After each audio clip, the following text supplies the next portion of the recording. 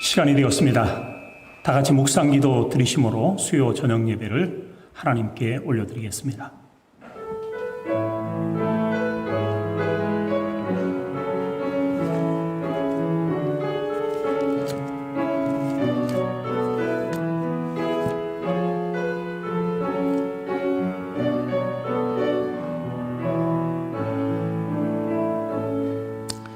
그러므로 형제들아, 내가 하나님의 모든 자비하심으로 너희를 권하노니 너희 몸을 하나님이 기뻐하시는 거룩한 산 제물로 드리라. 이는 너희가 드릴 영적 예배니라. 아멘. 오늘도 우리의 찬송과 경배를 받으시기에 합당하신 주님, 오늘도 각 처소 각 가정에서 예배드리는 행당교환교회 모든 성도들 권속들을 기억하여 주시고 저들의 드리는 기도를 받으시며 찬송을 후병하여 주시고 말씀을 통해 함께 은혜 나누는 복된 시간 되게 하옵소서. 예수님의 이름으로 기도 올려옵나이다. 아멘. 94장 찬송 부르시겠습니다.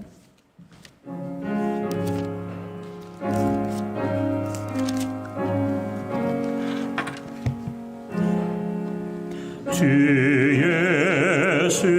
예수보다도 귀한 것은 없네.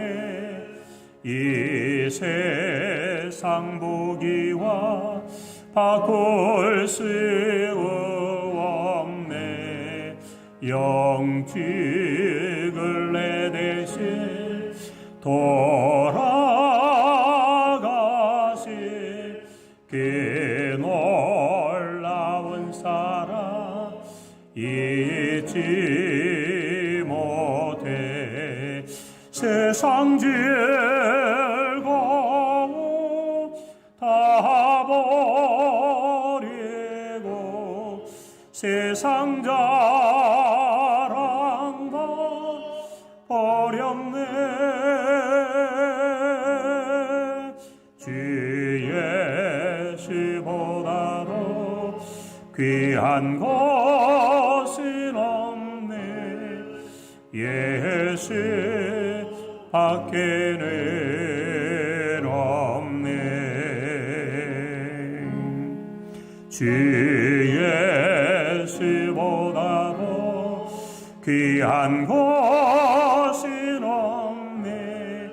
이 세상 명예와 바꿀 수 없네.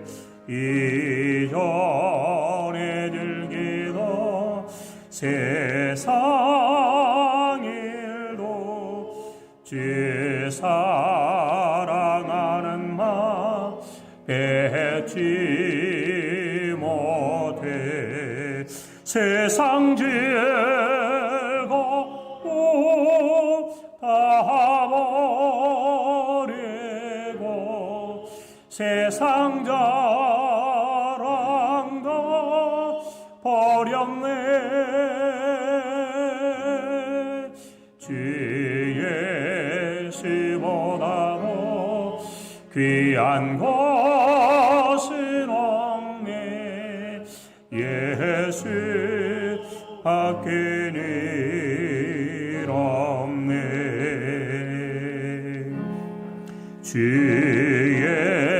예수보다도 귀한 것은 없네. 이 세상 행복과 바꿀 수 없네. 유혹과 핍박이 몰려와도 주 섬기는 내 맘 변치 않아. 세상 즐거움 다 버리고 세상 자랑 다 버렸네. 주 예수보다도 귀한 것은 없네. 예수 밖에는 없네. 시간 최유미 전사님 나오셔서 우리를 대표해서 기도 인도해 주시겠습니다.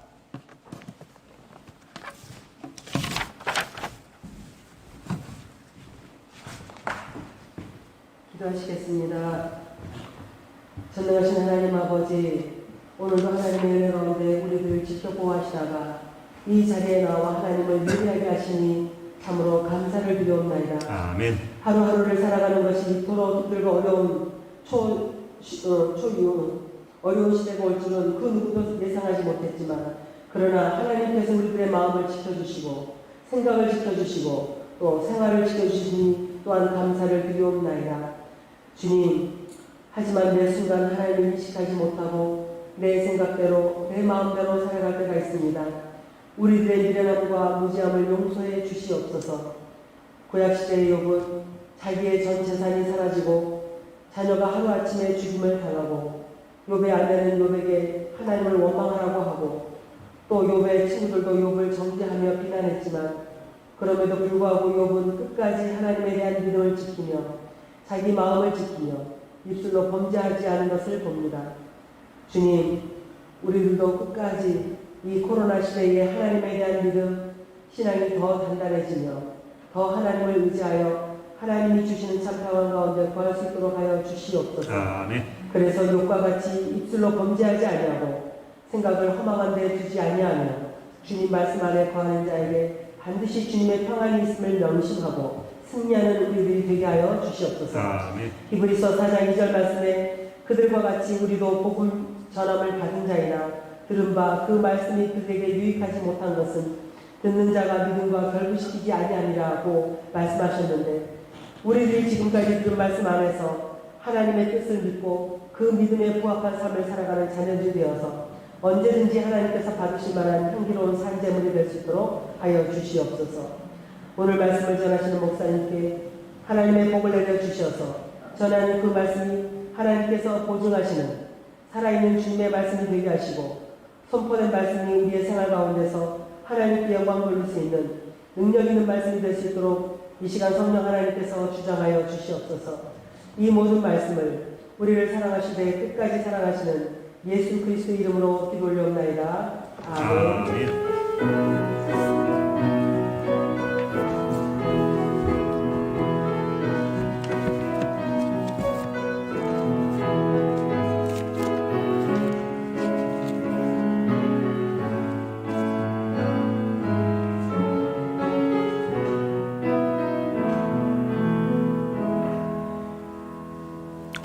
하나님 말씀은 마가복음 11장 1절에서 11절 말씀입니다.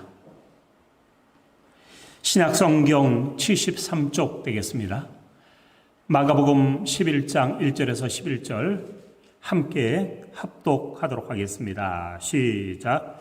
그들이 예루살렘에 가까이 와서 감람산 벳바게와 베다니에 이르렀을 때에 예수께서 제자 중 둘을 보내시며 이르시되 너희는 맞은편 마을로 가라. 그리로 들어가면 곧 아직 아무도 타보지 않은 낙이 새끼가 메어 있는 것을 보리니 풀어 끌고 오라. 만일 누가 너희에게 왜 이렇게 하느냐 묻거든 주가 쓰시겠다 하라.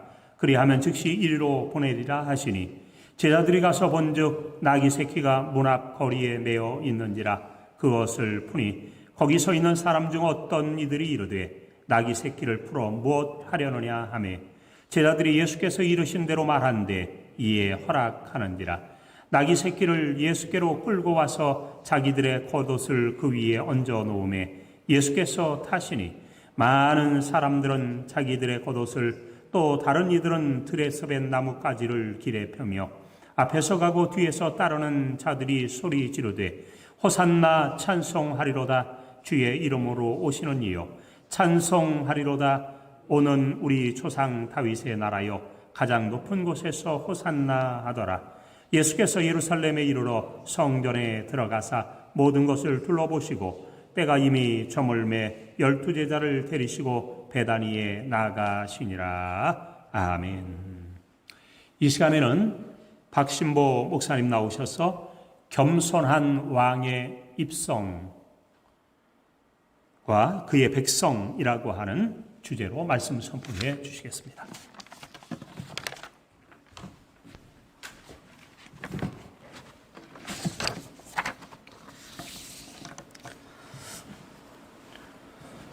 오늘 우리가 읽은 마가복음 11장은 마가복음에 있어서 세 부분 가운데 세 번째 부분이 시작되는 처음입니다. 산막은 그래서 그 배경은 예루살렘이 되겠죠. 1막의 배경은 갈릴리, 2막은 그리고 갈릴리에서 예루살렘으로 향하는 여정, 그리고 3막은 예루살렘이 그 배경이 되는 것입니다. 이 3막에서는 예수님께서 이 성전 부패에 대한 문제, 또 무리를 가르치시는 그러한 사역들, 그리고 유대교 지도자들과의 논쟁, 그리고 성전 파괴를 예언하시고 예수님이 체포되시고 재판받고 십자가에 죽으시고 부활하시는 이러한 사건들이 기록되어져 있습니다. 우리가 마가복음 16장까지 볼 때에 11장부터 16장까지 이 많은 부분이 불과 예수님께서 이 예루살렘에서 거하시는 그 짧은 시간 동안을 이렇게 많은 장을 할애해서 오늘 우리에게 말씀하고 있는 것은 예수님께서 이곳에서의 사역이 그만큼 중요하기 때문입니다. 예수님께서는 여리고에서 나오셔서 예루살렘 가까이 오셨습니다. 감람산에 이르셨습니다. 그리고 그곳에서 예수님은 제자 중 둘을 보내십니다. 맞은편 마을로 가라. 그곳에 아직 아무도 타보지 않은 나귀 새끼가 매여 있는 것을 볼 텐데 풀어서 끌고 오라 라고 말씀을 하셨습니다. 이 나귀를 탄다고 하는 것은 이 무언가 좀 사람이 편하려고 하는 거잖아요. 그죠? 먼 길을 여행할 때 좀 편하려고 아니면 또 어떤 짐 같은 걸 실어 나르기 위해서 편안함을 위해서 나귀를 사용을 하는데 오늘 말씀에 보면은 예수님은 예루살렘에 거의 가까이 다 오신 거예요. 그런데 그곳에서 나귀를 타려고 하시는 거거든요. 그러니까 무언가 이상하죠. 그죠? 그러니까 예수님이 피곤하셔서 힘들어서 이 나귀를 타려고 하시는 것은 분명히 이유가 아닐 거예요. 그러면 왜 이렇게 하시는지 우리가 계속 말씀을 한번 보도록 하겠습니다. 만일 누가 너희에게 왜 이렇게 하느냐 묻거든 주가 쓰시겠다 하라. 그러야 하면 즉시 이리로 보내리라. 이렇게 예수님께서 제자들에게 말씀을 주셨습니다. 그리고 제자들이 가서 보았더니 나귀 새끼가 문 앞 거리에 매여 있는 거예요. 그래서 그것을 풀었습니다. 그랬더니 거기 서 있는 사람들 가운데 어떤 이들이 말을 했습니다. 왜 너희가 나귀 새끼를 푸느냐, 무엇하려고 그러느냐라고 말했죠.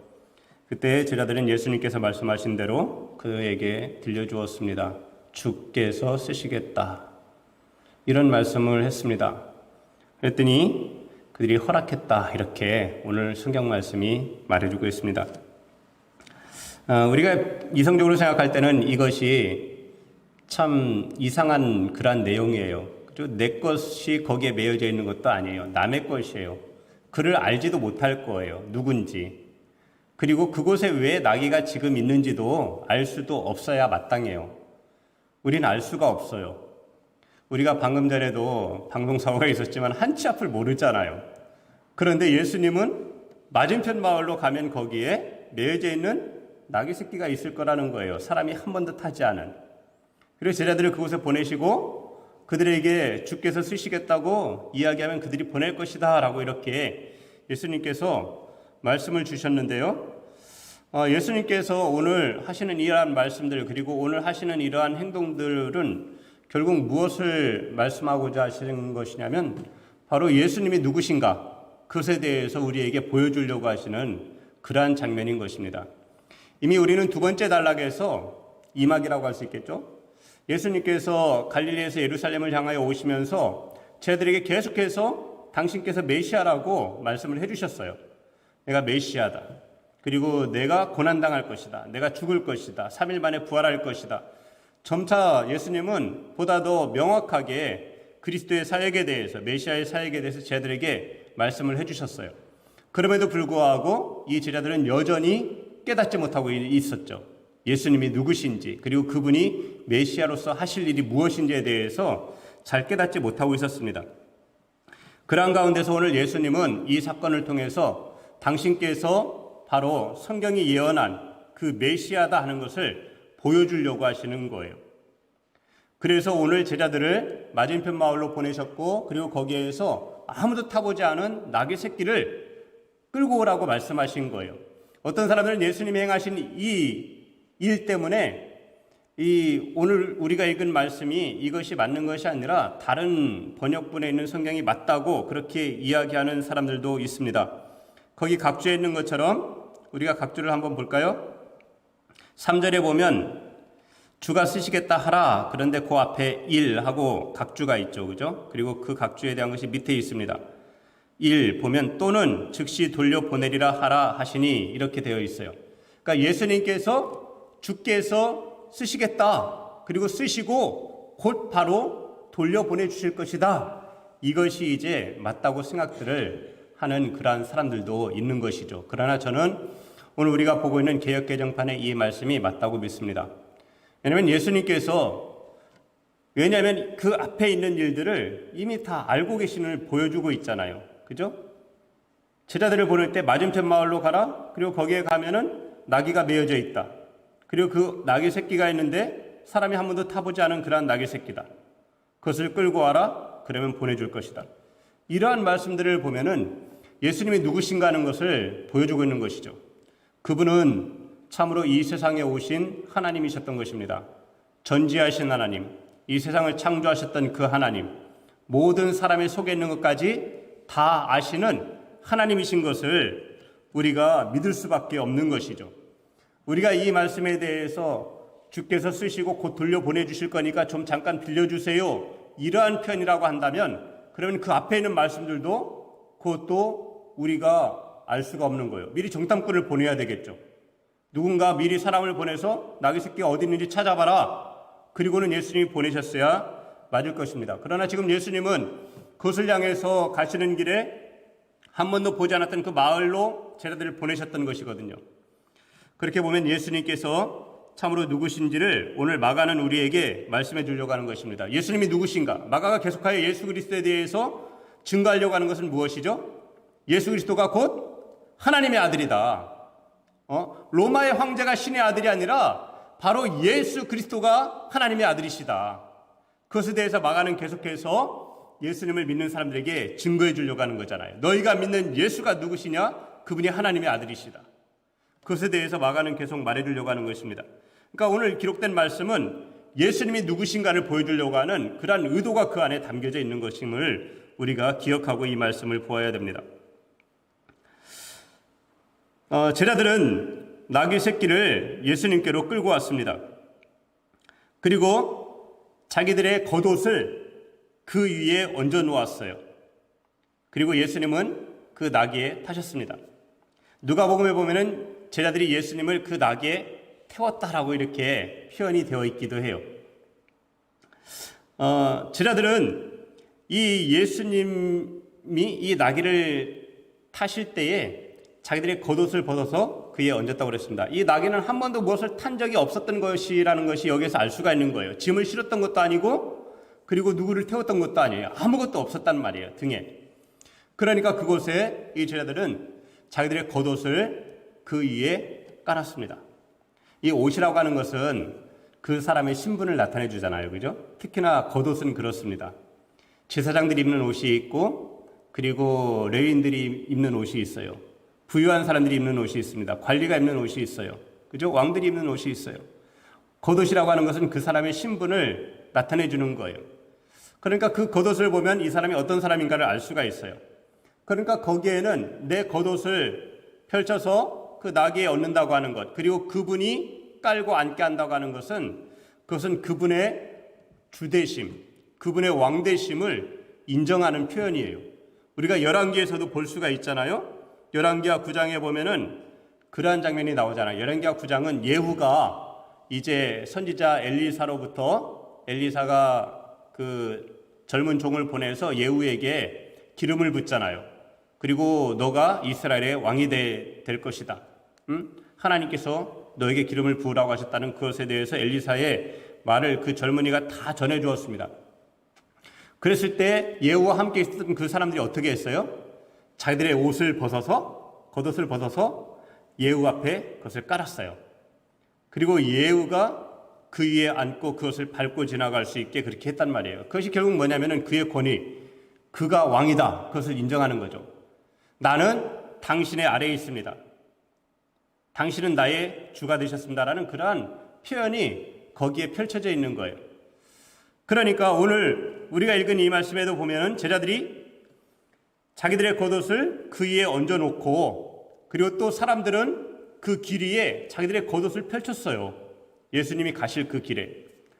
그리고 어떤 사람들은 나뭇가지를 꺾어와서 그래서 그걸 가지고 흔들며 환영했습니다. 요한복음에는 그것이 종려나무 가지였다고 말해주고 있습니다. 종려나무 가지를 가지고 그들이 흔들면서 외치는 것은 그건 환영하는 것이죠. 그건 맞이하는 것입니다. 그들은 기쁘게 주님을 맞이했습니다. 그렇게 어떤 사람들은 겉옷을 그 위에 펼쳐놓고, 그리고 어떤 사람들은 그리고 나무 들에서 벤 나뭇가지를 길에 펴고 또는 흔들면서 그분을 환영을 했습니다. 사람들은 앞에서 가고 뒤에서 따르며 그분을 호위했습니다. 그러면서 그 사람들은 외쳤습니다. 호산나 찬송하리로다. 주의 이름으로 오시는 이여 찬송하리로다. 오는 우리 조상 다윗의 나라여 가장 높은 곳에서 호산나 하면서 그들은 외쳤습니다. 이 호산나라고 하는 뜻은 무엇이에요? 주여 구원하소서, 그런 뜻이잖아요. 그런데 이제 이것이 그 시대에는 그냥 마치 우리가 어떤 일이 있으면 만세 이러는 것처럼 그러한 외침이 되었다고 얘기를 하지만, 그러나 오늘 이 기록된 이 말씀에 있는 그대로 호산나, 이것은 당시에 주를 향해서 나귀를 타고 입성하시는 그분을 향해서 이 백성들이 외치는 것이죠. 우리를 구원하소서, 우리를 구원하소서. 어디로부터 구원을 합니까? 로마의 압제로부터 우리를 구원하소서. 이 정치적 탄압으로부터 우리를 구원하소서. 그들은 주님을 향하여 외쳤습니다. 그리고 우리 조상 다윗의 나라가 다시금 세워질 수 있게 하십시오 하고 그렇게 그들은 요구했습니다. 그러니까 다윗의 나라라고 하는 것은 무엇이에요? 그것은 힘이잖아요. 그리고 능력이잖아요. 그리고는 그 세력으로서 사방을 평정하는 거잖아요. 통일시키는 거잖아요. 이 백성들은 그렇게 예수님을 환영했습니다. 예수님을 그렇게 원했습니다. 자기들을 로마의 압제로부터 구원하실 분으로. 이것이 그 백성들의 모습이었어요. 그런데 예수님은 실상 다윗처럼 그러한 모습으로 지금 오시는 것은 아니잖아요. 다윗은 말을 탑니다. 다윗은 그 아들 솔로몬을 다음 왕으로 세울 때에도 자신의 노새에 태워서 솔로몬을 데려와서 그리고 기름을 붓고 그리고 자기의 노새에 태워서 데려오라고 하는 그러한 이야기를 했죠. 그러니까 다윗이 나귀를 탄 일은 없어요. 그런데 오늘 예수님은 나귀를 타고 예루살렘에 들어가시는 거예요. 왕으로서 누가 나귀를 타는 사람이 있겠어요? 그래도 왕이라고 한다면 말은 타야죠. 그죠? 말 정도는 타야죠. 그게 아니라고 해도 노새 정도는 타야죠. 어느 정도 위험이 있잖아요. 말을 타면은 말을 의지하는 것 같고 또 말을 많이 소유하고 그러는 것이 하나님께서 기뻐하시지 않는 거라서 말을 안 탈 수는 있겠지만은 그렇다 해도 노새 정도는 탈 거 아니에요. 그러나 나귀는 뭐예요? 나귀는 작아요. 키가 작아요.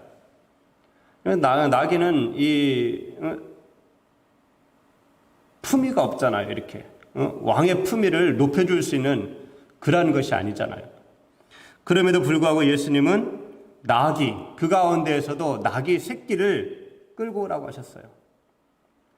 예수님은 정말 저 높은 하늘에서 이 땅에 내려오신 것만 해도 참으로 낮아지신 거잖아요. 그래서 그분의 비하라고 하잖아요. 낮아지셨어요. 비천한 자리에까지 내려오셨어요. 그런데 거기에서 더 내려가시는 걸 보세요. 나귀예요. 말도 아니고. 근데 그 나귀에서도 뭐예요? 더 낮아지셔서 나귀 새끼를 타고 가시는 거예요. 어떤 분들은 이것이 한 번도 그렇게 사람이 타지 않았고 짐을 실지도 않았던 그런 거라서 마치 어린 양을 하나님 앞에 제물로 드리는 것처럼 그러한 제물로서 드려진 것이다라고 그렇게 해석하는 분들도 있지만, 그러나 실상 여기에서는 저는 예수님의 이 낮아지심을 계속 보여주시는, 그리고 메시아가 어떤 메시아인지, 사람들이 생각하는 그러한 메시아, 큰 권력을 소유하고 높은 자리에 나아가고 그리고 모든 사람들을 위해 군림하는 그러한 왕이 아닌 오히려 낮아지셔서 누구라도 다 가까이 할 수밖에 없는, 그리고 누구라도 그분에게 나올 수 있도록 하시는 그러한 참으로 낮아지시는 그러한 메시아이신 것을 오늘 우리가 이 나귀 새끼를 타시는 예수님의 모습을 보면서 우리가 알 수 있는 것이죠.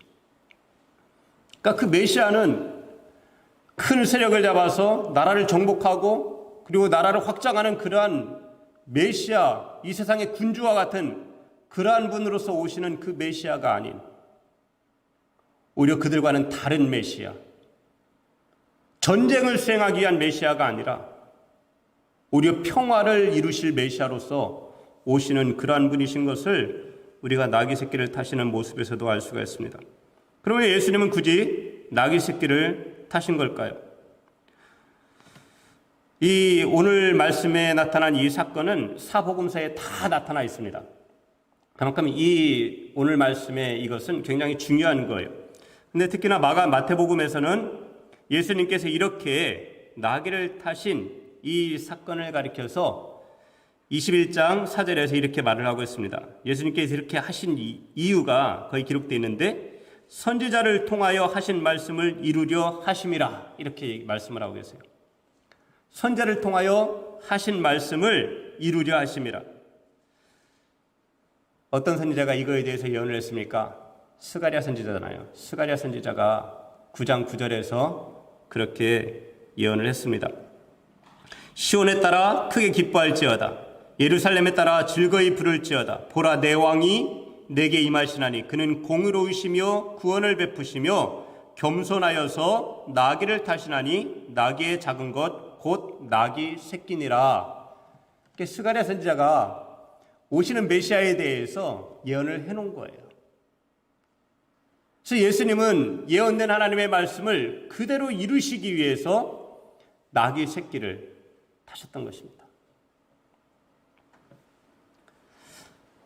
이분은 말을 타고 입성하지 않았지만, 이분은 나귀를 타고 입성하시지만 그분은 장차 놀라운 일을 이루실 것입니다.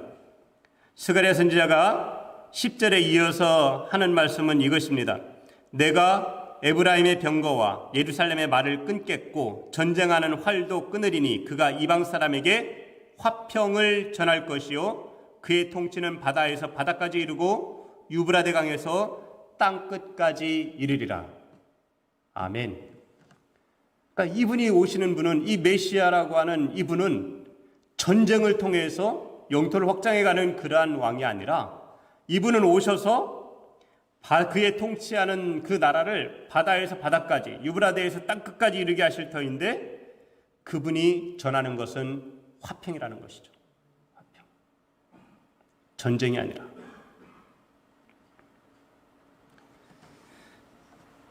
그렇게 보면 오늘 예수님을 환영하는 이 무리들은 예수님을 이렇게 바라보고 있나요? 스가랴 선지자가 예언한 대로 그러한 메시아로 이들이 받아들이고 있을까요? 그렇지 않다는 거죠.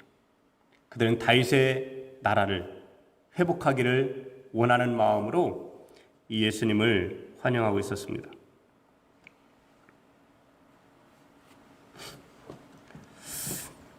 그런데 오늘 이 말씀이 결국 예수님께서 이제 곧 명절에 죽게 되는 그러한 발단이 된 것이 오늘 이 사건이에요.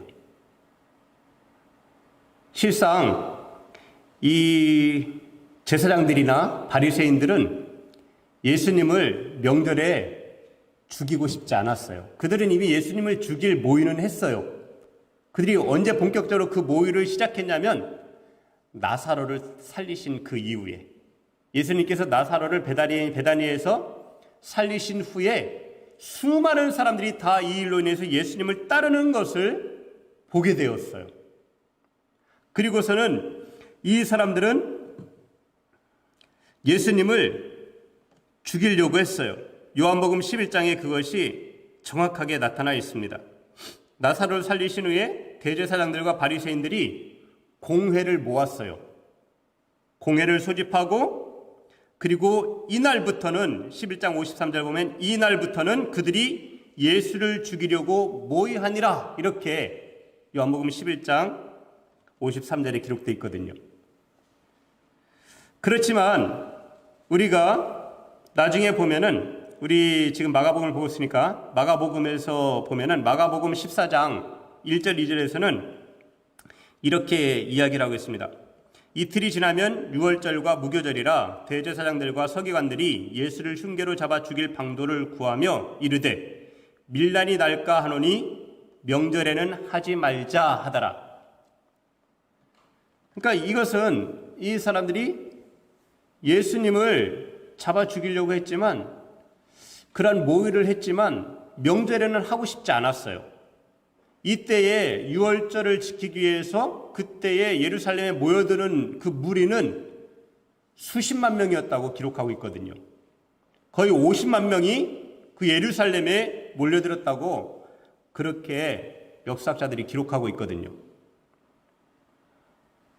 그러니 그 수많은 사람들이 예수님을 따른다 그러면 어떻겠어요? 그러니까 이 사람들은 예수님을 죽이기는 죽이겠으나 그러나 명절에는 할 생각이 없었어요. 그러나 오늘 예수님께서 나귀를 타고 예루살렘에 입성하시는데 수많은 사람들이 앞에서 나뭇가지를 흔들고 그 길에 자기들의 겉옷을 피면서 예수님을 환영하고 뒤에서는 또 수많은 사람들이 예수님을 따라가면서 환호하는 그 소리, 호산나 찬송하리로다 주의 이름으로 오시는 이여, 찬송하리로다 우리 조상 다윗의 나라여, 가장 높은 곳에서 호산나 하더라는 이 외침의 소리가 예루살렘을 뒤흔들었을 때, 그때 이 대제사장들과 바리새인들, 서기관들은 안 되겠다, 하루라도 지체하면 안 되겠다는 그러한 생각을 하게 되었던 것이죠. 그러니까 오늘 이 사건이 예수님을 유월절 전에 오히려 십자가에 못 박게 되는 그러한 원인이 되었던 것입니다. 우리가 사복음서에 이 사건이 다 기록되어져 있다고 그랬는데요, 누가복음에는 이렇게 되어져 있습니다. 이미 감람산 내리막길에 가까이 오심에 제자의 온 무리가 자기들이 본 바 모든 능한 일로 인하여 기뻐하며 큰 소리로 하나님을 찬양하여 이르되 찬송하리로다 주의 이름으로 오시는 왕이여, 하늘에는 평화요 가장 높은 곳에는 영광이로다, 이러면서 무리가 예수님을 환영하고 예수님을 따르며 예수님이 곧 왕이시고 그분이 하나님이시라고 하는 이러한 것에 대해서 무리들이 외쳤다고 누가복음은 기록하고 있는 것을 볼 수가 있거든요. 그러니까 이 사건이 결국 이 무리들로 하여금 예수님을 유월절 전에 십자가에 못 박게 되는 그러한 결정적인 사건이 된 것입니다. 그러니까 예수님은 이러한 것을 아셨어요. 그러면서도 그곳에 모인 무리들이 예수님을 정치적인 메시아로 그렇게 환영하고 있는 것을 아시면서도 예수님은 굳이 이것에 대해서 잘못되었다고 말씀하시지 않아요. 그냥 가만 두십니다. 왜 그러실까요? 지금은 그들이 그렇게 예수님을 정치적인 메시아로 환영하고 있지만 그들은 곧 알게 될 거거든요. 이제 며칠 남지 않았습니다. 예수님께서 십자가에 죽고 그러면 모든 사람들을 그에게로 이끄시고 그리고 다시 부활하셔서 그를 믿는 모든 자를 다시금 살리시는 이 사건을 결국 이루시는 그것을 모든 사람들이 보게 될 것이기에 예수님은 굳이 그것에 대해서 변명하지 않고 그것을 고쳐주려고 하시지도 않았던 것입니다.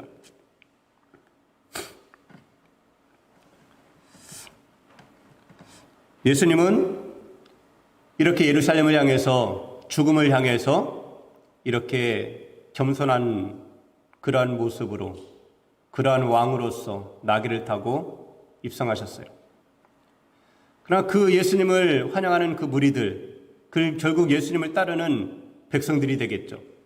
그 백성들은 비록 그들이 예수님을 잘못 이해하고 있었지만, 그러나 오늘 이 말씀 속에서 우리가 이 사람들의 모습을 보면서 몇 가지 교훈을 얻을 수도 있을 것 같습니다. 먼저는요, 우리가 제자들이 예수님의 어떻게 보면 비이성적인 그러한 명령, 건넌 마을로 가서 그래서 그곳에서 나귀 새끼를 풀어서 끌고 와라 하시는 그러한 말씀을 하셨을 때 이 제자들이 그 말씀에 순종하여 갔던 것을 우리가 생각해 볼 수 있겠습니다. 우리는 대부분이 합리적이지 않으면 잘 따르려고 하지 않습니다. 그건 어른이나 아이들이나 다 마찬가지인 것 같아요. 심지어는 요즘은 그래도 군에서는 합리적이지 않아도 그냥 다 무엇인가 되는 것 같긴 하지만은 군이 아니라고 한다면 다른 곳에서는 이러한 것은 잘 이루어질 수가 없는 것이죠. 다 이성적으로 생각할 수 있기 때문에 합리적이지 않으면 그러면 따르지 않습니다. 순종하지 않아요. 그런데 오늘 제자들은 예수님의 말씀에 순종하여 나아갔습니다. 그리고 이 제자들이 가서 이 왜 새끼나귀를 풀어가느냐, 왜 푸느냐, 무엇하려고 그러느냐 하는 그렇게 질문하는 그 사람에게 주님이 말씀하신 대로 주께서 쓰시겠다 하는 이러한 말을 했습니다.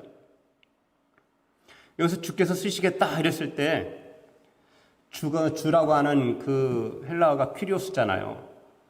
그런데 마가는 이 퀴리오스라고 하는 이 단어를 정말 아껴 썼어요. 잘 쓰지 않아요. 대부분이 뭐 선생이라는 이러한 표현들이 계속 나오는데요. 이 퀴리오스라고 하는 이러한 단어가 사용되는 곳은 5장에서 그리고 7장에서 그리고 지금 여기 11장에서 쓰이고 있는 거예요. 5장에서는 어떤 일이 있었죠? 5장에 보면은 거라사 지방에서 귀신 들린 그러한 사람을 주님이 그 귀신을 쫓아내 주시잖아요. 그 귀신들이 다 어디로 가요? 돼지떼에게 가잖아요. 그리고 비탈로 내려달아서 2,000마리가 되는 돼지가 죽어버렸단 말이에요. 그 귀신은 군대였죠. 그죠? 근데 그때 주님께서 그에게 하신 말씀이 주께서 너에게 행하신 일, 그러면서 거기에서 주께서 행하셨다. 그러니까 이 주는 하나님을 말하는 거죠. 하나님께서 너에게 행하신 일이다. 이것을 주님이 친히 말씀을 하셨어요. 그리고 7장에서는 수로보니게 여인이 예수님을 향해서 퀴리에 그러면서 주여 이렇게 이야기를 합니다. 근데 다른 사람들은 예수님에 대해서 이렇게 주 하나님으로 표현하지 않아요. 그런데 오늘 주님께서 제자들에게 주께서 쓰시겠다 하라 이럴 때 거기에서 주님은 퀴리오스라는 이 단어를 사용해서 말씀을 하고 계십니다. 그러니까 제자들이 그 질문하는 그에게 주께서 하나님께서 쓰시겠다 그럴 때 누가 그것에 대해서 거부할 수가 있겠어요? 그러니까 허락할 수밖에 없는 거예요. 그러니까 이 밑에 각주에 있는 것처럼 주님께서 쓰시고 다시 곧 돌려주실 것입니다. 이러한 표현이 아니라는 것이죠. 주님의 권위가 이곳에 나타나 있는 거거든요. 너희가 믿는 예수가 누구냐? 그분은 하나님의 아들이시다. 그분은 바로 너희가 믿는 하나님 그분이시다. 그분이 바로 퀴리오스다. 이것에 대해서 마가는 말해주고 있는 거거든요. 그러니까 우리가 주님께서 하시겠다 그러면 어떻게 해야 돼요? 우리는 다 순종해야 되는 거예요. 주님께서 하시겠다 그러면. 주님께서 당신을 쓰기를 원하십니다 그러면 어떻게 해야 돼요? 내 자신을 주님께 드려야 되는 거예요. 주님께서 당신의 것을, 당신의 재능을 주님이 쓰시겠다고 하십니다. 그럼 어떻게 해야 돼요? 내 재능을 주님께 드려야 되는 거예요. 나의 시간, 나의 생명 주님이 쓰시겠다 그러면 주님께 내어드려야 되는 것입니다. 그래서 제자와 그리고 또 그 나귀의 주인이라고 할 수 있는 그는 주님께서 쓰시겠다 그럴 때, 주님께서 명령하실 때 그들은 곧 순종했다는 것이죠. 순종했고 내어드렸다는 것입니다. 이것이 오늘 예수님을 믿는 사람들이 배워야 할 교훈일 것입니다. 주님이 말씀하시면 가야 하고 주님이 하라 하시면 해야 되고 주님이 쓰시겠다 하면 드려야 되는 것입니다. 그것이 주님을 따르는 자의 마땅히 행할 바인 것이죠. 두 번째는 우리가 제자들이 나귀를 끌고 와서 그리고 그 겉옷을 그 위에 얹어놓고 또 많은 사람들은 자기들의 겉옷을 길 위에 펼치고 그리고 종려나무가지를 길 위에 펼치고 또 흔들면서 그분을 환영했던 것처럼 그분의 주되심, 그분의 왕되심을 인정했던 것처럼 우리도 삶 속에서 예수께서 우리의 주되심을, 예수께서 우리의 왕되심을 인정해야 될 것입니다. 그분의 주되심을 인정한다는 것은 뭐죠? 그분의 왕되심을 인정한다는 것은 뭐예요? 그것은 내 마음대로 살지 않는다는 거예요. 내 마음대로, 내 뜻대로, 내가 원하는 대로 살지 않는다는 거예요. 주님께 물어보는 거죠. 주님, 무엇을 원하십니까? 주님, 제가 이렇게 하려고 그러는데 이것을 주님이 기뻐하십니까? 주님, 제가 어떻게 했으면 좋겠습니까? 항상 물어야 되는 것이죠, 주님께. 주님께 늘 묻는 것이 얼마나 귀한 일입니까? 우리가 구약에서 보면은 전 다윗을 보면서 제일 안타까웠던 그러한 부분들이 뭐냐면 다윗이 초창기에는 항상 하나님께 물어요. 모든 일에 대해서 하나님께 늘 묻거든요. 주님, 하나님 올라갈까요? 말까요? 주님 저들을 붙여주실 거예요? 안 붙여주실 거예요? 주님 어떻게 할까요? 이것을 계속 다윗이 하나님께 물어요. 하나님께 여쭈어요. 근데 어느 순간 다윗이 하나님께 여쭙는 것이 점점 나타나지 않는 것을 보면서 참 안타깝다 하는 생각이 들었습니다. 다윗이 계속해서 하나님께 여쭈었다면 그가 그런 밧세바를 범하는 그리고 우리아를 전쟁터에서 그렇게 적군들 앞에 그를 남겨놓고 와서 그를 죽게 하는 그러한 살인죄를 저질렀을까요? 그러지 않았을 거예요. 그러나 다윗은 백성들이 전쟁에 나갔는데 그가 하나님께 이 전쟁에 대해서 묻는 것이 아니라 이 전쟁 가운데서 하나님 제가 무엇을 할까요? 저는 이곳에 남아있지만 제가 무엇을 할까요? 전쟁은 지금 어떻게 될까요? 하나님께 계속 묻고 있었다면 그가 성벽이를 거닐면서 다른 여인을 보고 그렇게 탐하여 범죄하게 되는 그러한 일은 일어나지 않았을 거예요. 이 사건으로 인해서 다윗의 집에 칼이 떠나질 않잖아요. 그의 평생이 비록 왕권이 보장되었지만 그리고 하나님이 그에게 약속을 주셨지만 그러나 그의 삶이 얼마나 가슴 아픈 삶으로 이어지고 있는 것을 볼 수가 있잖아요. 그러니까 우리가 예수 그리스도의 우리의 주되심, 예수 그리스도의 우리의 왕되심, 그분이 나를 죄에서 구원하셨고 그분 안에 내가 하나님의 자녀가 되었고 그분 안에서 나에게 하나님의 모든 약속이 주어져 있다고 하는 그것을 믿는다면 그분 안에서 나의 모든 것이 존재할 수 있다고 하는 것을 믿는다면 예수 그리스도를 나의 주로 인정하는 것이 우리에게 매일매일 시간 속에서 펼쳐져야 될 것입니다. 예수 그리스도가 나의 주가 되셨습니다. 예수 그리스도가 나의 왕이십니다.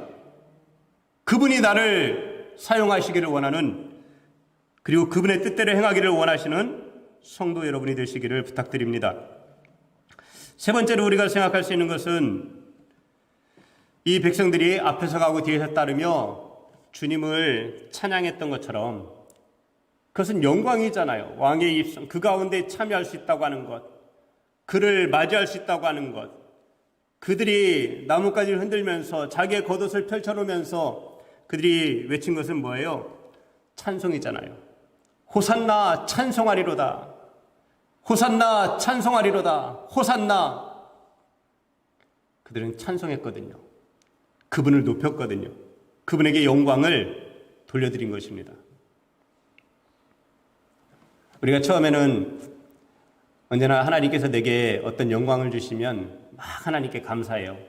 그런데 그 영광이 계속되면 어느 순간에 어떻게 돼요? 그냥 그것은 지극히 당연한 거예요, 이제. 그건 내 거예요. 그냥 어느 날 보니까 내가 잘해서 그렇게 된 것 같아요. 그래서 하나님께 영광을 돌리지 않는 그러한 우리들의 모습이 있단 말이죠. 그러나 매일매일의 삶 속에서 나에게 주시는 자그마한 것들이 하나하나가 주어질 때마다 그것에 대하여 감사와 찬송과 영광을 하나님께 돌린다고 하는 것은 이것은 하나님을 섬기는 사람들로서 하나님을 경외하는 사람들로서 굉장히 중요한 삶의 요소인 것입니다. 우리는 매일 하나님을 찬양해야 되는 거예요. 매 시간 속에서 밤낮 불러서 찬송을 드려도 늘 아신 마음뿐일세. 이것이 우리의 삶의 고백이 되어야 될 것입니다.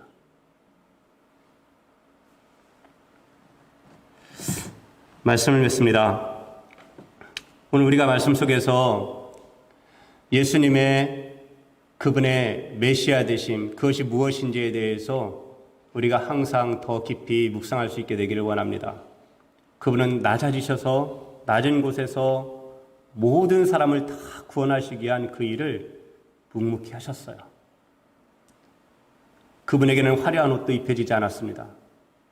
그에게는 아주 화려한 것으로 장식한 말도 없었어요. 그분은 자주색 옷도 없었어요. 왕들이 입는. 그에게는 관도 없었습니다. 왕관도 없었어요. 그러나 그분은 하나님의 말씀 그대로 이루시려고 나귀새끼를 타고 예루살렘 성으로 들어가셨습니다. 어떤 사람들이 보면 그것은 너무나 우스웠을 거예요. 저게 뭐야? 왜 사람들은 저런 초라한 사람에게 저렇게 환호하지? 그랬을지 몰라요. 그러나 그것이 메시아의 사역이었습니다. 오늘 그리스도인들의 사역이라고 하는 것은 무엇일까요? 그것은 자꾸만 높은 곳을 향하여 나아가는 것이 그리스도인의 삶의 그리스도인의 사역이 아닐 거예요. 그리스도인의 사역은 예수님을 닮아서 낮은 곳에서 말보다도 더 낮은, 노새보다도 더 낮은, 나귀보다도 더 낮은 나귀 새끼의 그 자리에까지 나아가는, 거기까지 낮아지시는 주님처럼 우리도 그렇게 낮아진 모습으로, 겸손한 모습으로 어디에서나 우리가 그리스도인으로서 살아가는, 주님 닮은 모습으로 살아가는 그것이 우리에게 필요할 것입니다. 모든 성도가 그렇게 낮아져서 겸손하게 왕 대신 주님을 따르는, 겸손한 왕을 따르는 우리들은 겸손한 주의 백성이잖아요. 왕이 겸손한데 백성이 교만하면 되겠습니까? 그죠? 그건 안 될 거예요. 우리의 주 되신 이가, 우리의 왕 되신 그분이 겸손하시다면 그의 백성들은 어떻게 해야 돼요? 그분을 닮아 겸손해야 돼요. 그분에 대해 닮아 낮아져야 돼요. 우리는 그렇게 낮은 자리에서 다른 사람들을 섬기는 사람들이 되어야 될 것입니다. 우리가 주님께 대해서는 오늘 이 말씀에 나왔던 그러한 무리들처럼 우리는 이성적이지 않아도, 주님이 말씀하시는 것이 이성적이지 않아도, 내가 생각할 때 합리적이지 않아도 하나님이 하시는 그 말씀이 옳다 하고 우리는 순종하는 사람들이 되어야 될 것입니다. 그리고 언제나 그분이 나의 주 되시고 왕 되심을 인정하며 매일매일의 삶 속에서 그분께 여쭙는, 주님의 뜻이 무엇입니까? 주님이 원하시는 것이 무엇입니까? 묻는 성도들이 되어야 되겠고요. 그리고 매일매일 우리에게 주시는 영광을 내 스스로 취하는 것이 아니라 나에게 영광을 주신 하나님께 오히려 그 영광을 돌려드리는 그러한 모든 성도들이 되어야 될 줄 믿습니다. 잠시 기도하겠습니다. 하나님 아버지, 우리가 겸손하신 그러한 왕 되신 주님을 닮아 우리도 겸손한 백성이 되게 하시고, 주께서 그렇게 모든 사람을 섬기시기 위하여 자신을 십자가에 내어주시기까지 한 것처럼 우리도 주님을 닮아 겸손하게 다른 사람들을 섬기는 자들이 되게 하여 주옵소서. 우리가 왕 되신 주님께 온전히 순종하게 하시고 우리가 온전히 주님을 인정함으로 매일매일 우리의 삶의 걸음을 주께서 인도하시도록 우리가 모든 상황들을 다 주님께 기도로 올려드리고 주의 말씀하심에 오히려 따를 수 있는 우리를 되게 하시며 매일매일 우리에게 주시는 그러한 놀라운 생명과 영광을 인하여서도 주님께 감사하며 찬송을 영광을 올려드리는 그러한 주의 겸손한 백성들 되게 하여 주옵소서. 예수님의 이름으로 기도드립니다. 아멘.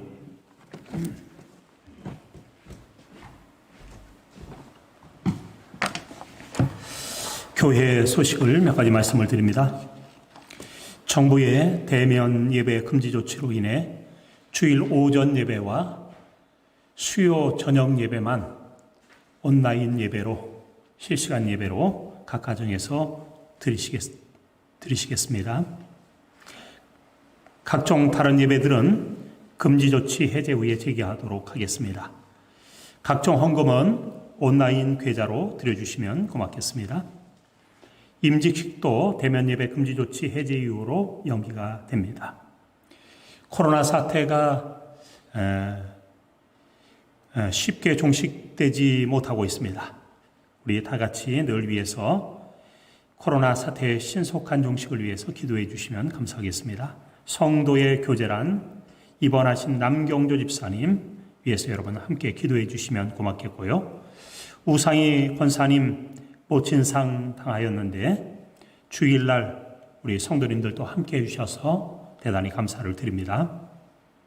결혼이 있습니다. 김종국 성도님, 황숙희 권사님의 장남 김태우 군의 결혼 예식이 이번 주 금요일입니다. 10월 9일 오후 1시 40분에 더 컨벤션 송파문정 12층 그랜드 볼륨홀에서 있겠습니다.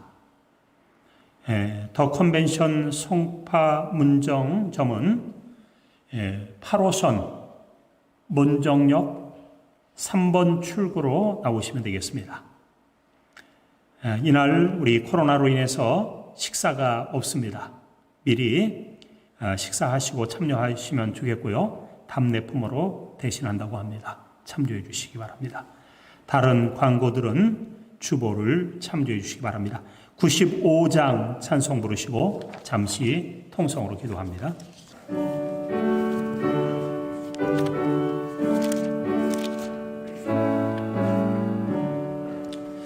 나의 기쁨 나의 소망 되시며 나의 생명이 되신 저 밤낮 불러서 찬송을 드려도 늘 하신 마옵일세 나의 사모하는 선한 목자니 어느 꽃다운 동산에 양의 누리와 늘 함께 가셔서 기쁨을 함께 하실까 집도 없이 거친 넓은 들에서 알길 못 찾아 애쓰며 이리저리로 헤매는 내 모양 저 원수 저롱하도다 주의 자비로 고와 얼굴 모든 천사도 반기며 주의 놀라운 진리 말씀에 천지가 받아파도다 나의 진정 사모하니 예수니 임성조차도 반갑고 나의 생명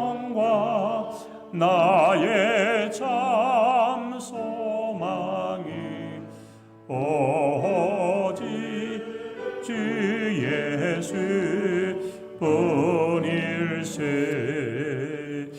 아멘.